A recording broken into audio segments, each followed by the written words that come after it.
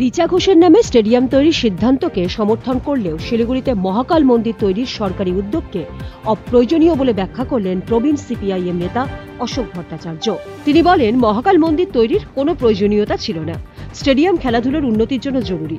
অন্যদিকে মন্দির ধর্মীয় সংস্কৃতির অংশ হলেও বর্তমানে তার চেয়ে অনেক বেশি প্রয়োজনীয় বিষয় রয়েছে। অশোক ভট্টাচার্য জানান, আর্থিক অবস্থার কারণে রাজ্যের গুরুত্বপূর্ণ প্রকল্পগুলো ব্যাহত হচ্ছে। তবে ক্রিকেটার রিচা ঘোষের নামে স্টেডিয়াম তৈরির সিদ্ধান্তকে অত্যন্ত গুরুত্বপূর্ণ এবং শিলিগুড়ির জন্য গর্বের বিষয় বলে জানান তিনি। মুখ্যমন্ত্রী যেটা ঘোষণা করেছেন, শিলিগুড়ি যদি একটা স্টেডিয়াম হয়, সেটা তো তার নামে হলো, এটা বড় কথা। রিচার নামে হলো কি ঋদ্ধিমানের নামে হলো কি ইন্ডোর স্টেডিয়ামটা মান্তুর নামে হলো বা সৌরভ গাঙ্গুলির নামে হলো, এটা বড় কথা। বড় কথা হচ্ছে একটা স্টেডিয়ামটা হওয়া উচিত। স্টেডিয়ামটা সব মানুষের একটা আবেগ এর সাথে জড়িত। মুখ্যমন্ত্রী কিন্তু কালকে এসে উনি দুটো ঘোষণা করেছেন। উনি বিশেষ গুরুত্ব দিয়ে বলেছেন কিন্তু 17 একর জায়গাতে জমিতে একটি শিবলিঙ্গ হবে, শিবলিঙ্গ প্রতিষ্ঠা, মহাকাল মন্দির হবে, সরকারি উদ্যোগে।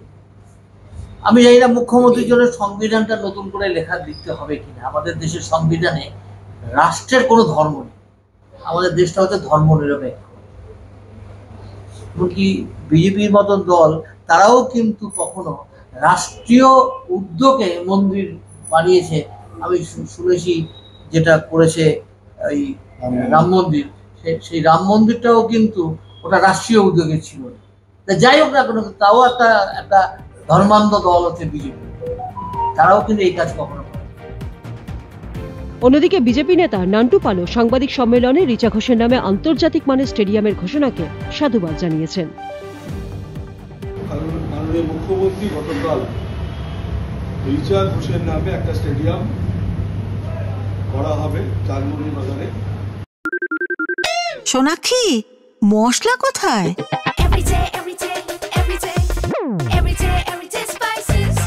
এভরিডে মশলা, দেশের স্বাদ।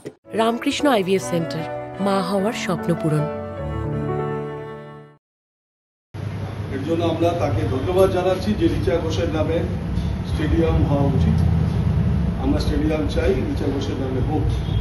আমাদের সোনার মেয়ে রিচা ঘোষ শিলিগুড়ি উজ্জ্বল করেছে, বাংলাকে উজ্জ্বল করেছে, দেশকে উজ্জ্বল করেছে। পৃথিবীর মানচিত্রে রিচা আজকে সবচেয়ে ভালো জায়গায় নিয়ে গেছে। আজকে পৃথিবীর মানচিত্রে শিলিগুড়ি স্থান পেয়েছে, এটা আমাদের গর্ব।